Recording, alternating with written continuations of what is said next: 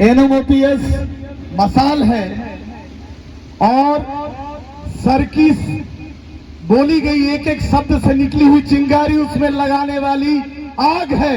आवाज दो, आवाज दो, आवाज दो। सरायकेला खरसावां यह ऐतिहासिक भूमि है।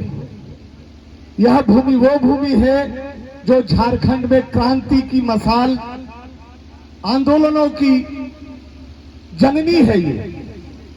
और आज यहां पर हम सबों की उपस्थिति में बीच में सर ने जो एक बुलबुला की बात कही, वाकई में यह बुलबुला है, केवल समझ का फेर है। और दूसरी एक सबसे महत्वपूर्ण बात आपने कही, यह आंकड़ों की बाजीगरी है। यह सिंपल आंकड़ों की बाजीगरी है।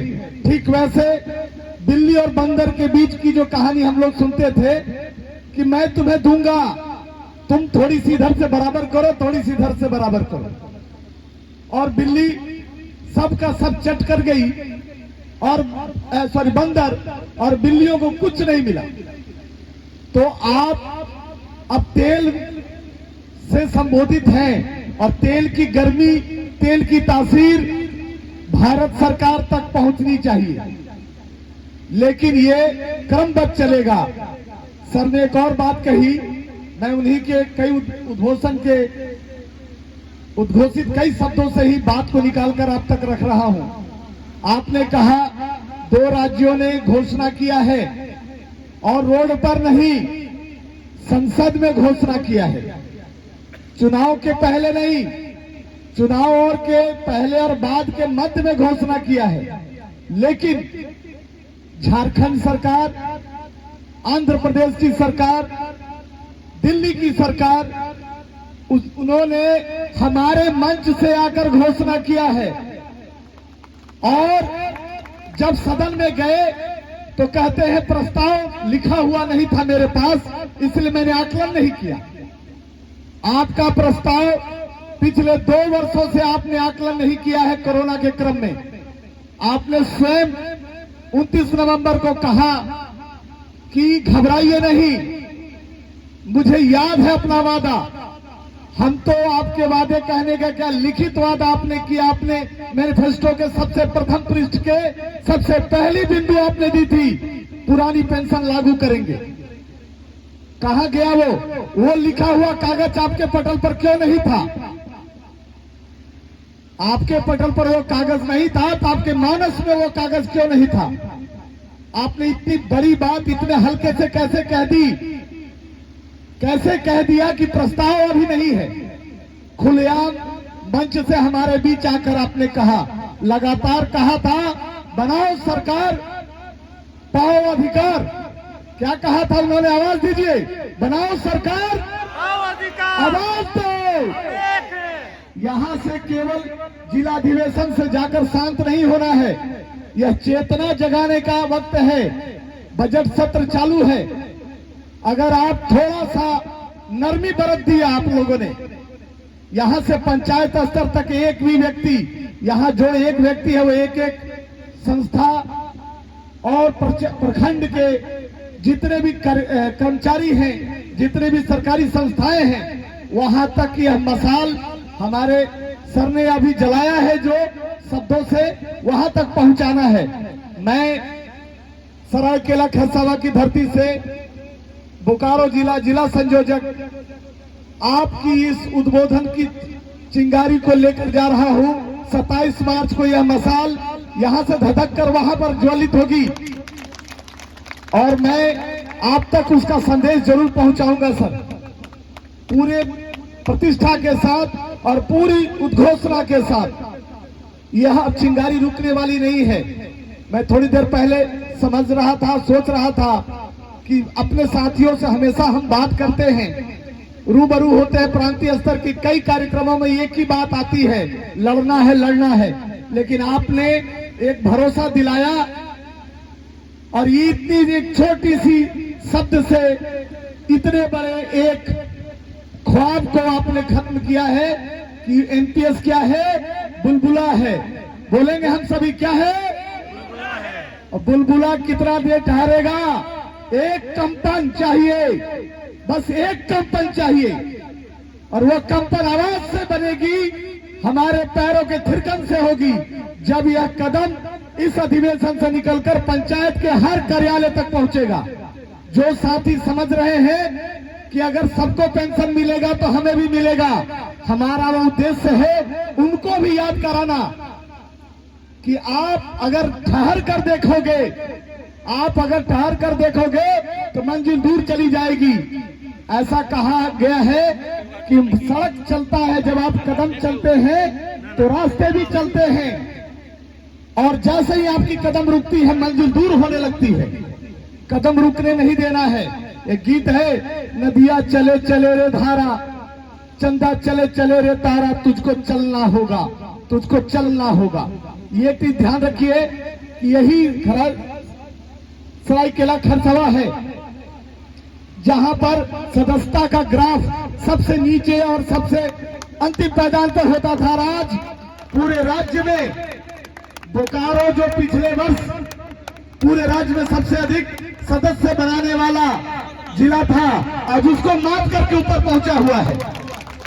शायद एनओपीएस के जो अध्यक्ष हैं उन्होंने मुझे भी जगाने के लिए, आपके इस प्रेरणा से प्रेरित होने के लिए मुझे यह कहा कि वो शेर कहां सोया हुआ है जो पिछले वर्ष के राज्य का सबसे अधिकतम सदस्य बनाने वाला जिला, साथ ही साथ उस जिला के 4 प्रखंड लगातार सबसे अधिकतम सदस्य बनाकर अपनी स्थिति को बनाने वाला जिला था।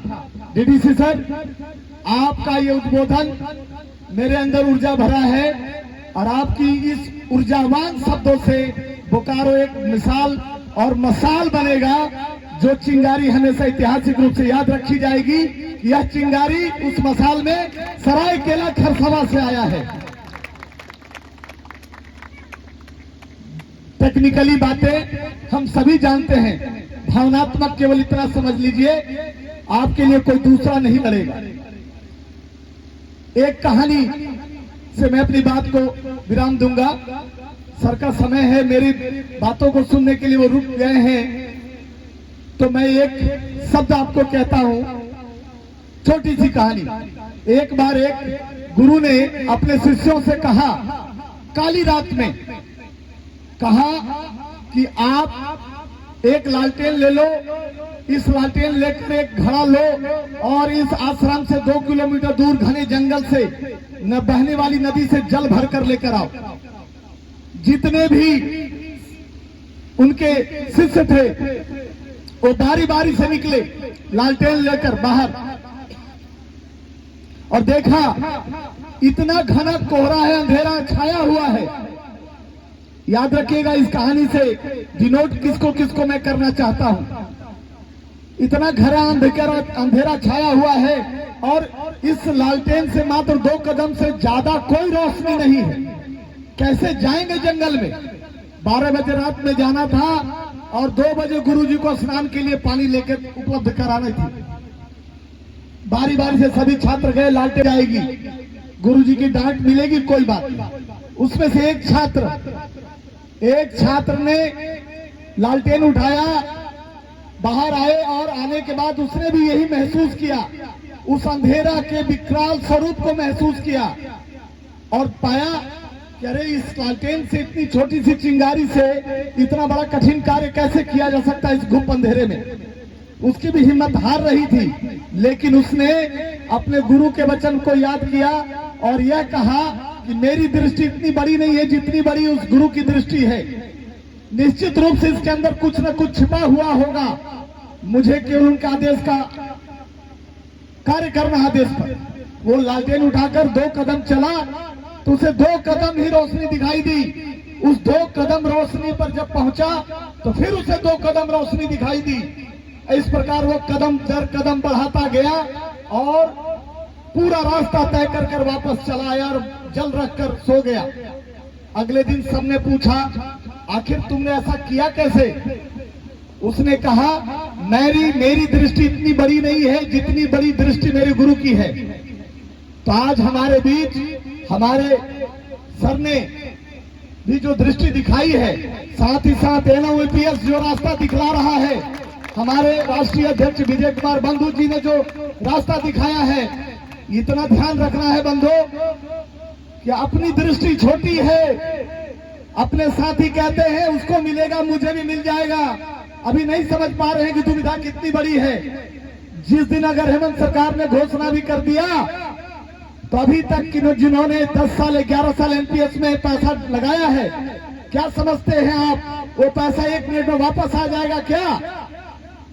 अधिकतम लोगों का 25 से 26 लाख रुपया वहां जमा है। उस 26 लाख रुपया सरकार इतना आसानी से दे देगी केंद्र सरकार? नहीं मिलेगा, वहां फिर से लड़ना होगा। यही मसाल आपको उस वहां तक उपलब्धि पहुंचाएगी। और आप सरीखे जैसे क्रांतिकारी ऊर्जावान हमारे नेपथ्य में रहकर हमारा पथ प्रदर्शक करने वाला व्यक्ति हमें रास्ता दिखलाएगा। इसलिए हमारी दृष्टि छोटी है, हमें उन लोगों की दृष्टि से देखनी है जो दिन रात सोते जागते हर समय एक ही स्वप्न है उनका, और वो स्वप्न है पुरानी पेंशन बहाली, दिन रात पुरानी पेंशन बहाली।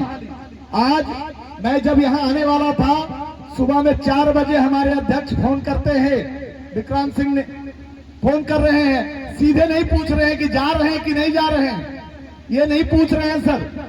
उनका देखिए ऊर्जा कैसे है। उन्होंने मुझसे पूछा गाड़ी कितनी बजे है, अगर मैं कह देता पता नहीं तो कहते नहीं जा रहे हैं क्या। मैंने कहा कि एक व्यक्ति गाड़ी पर चढ़ गया है, दूसरा चढ़ने के लिए टांग उठाए हुए है। आपको बस इतना ही समझना है कि हमारी दृष्टि बहुत दूर तक नहीं है कि कैसे मिलेगी, हमें बस केवल जो सामने देखने वाला है उसकी दृष्टि से देखनी है, सर की तरह लोगों की दृष्टि से देखनी है। बस हमें चलना है, और क्या करना है? चलना है। आवाज दो, थोड़ा दोनों हाथ उठाकर हो जाए भाई बंधु, आवाज दो।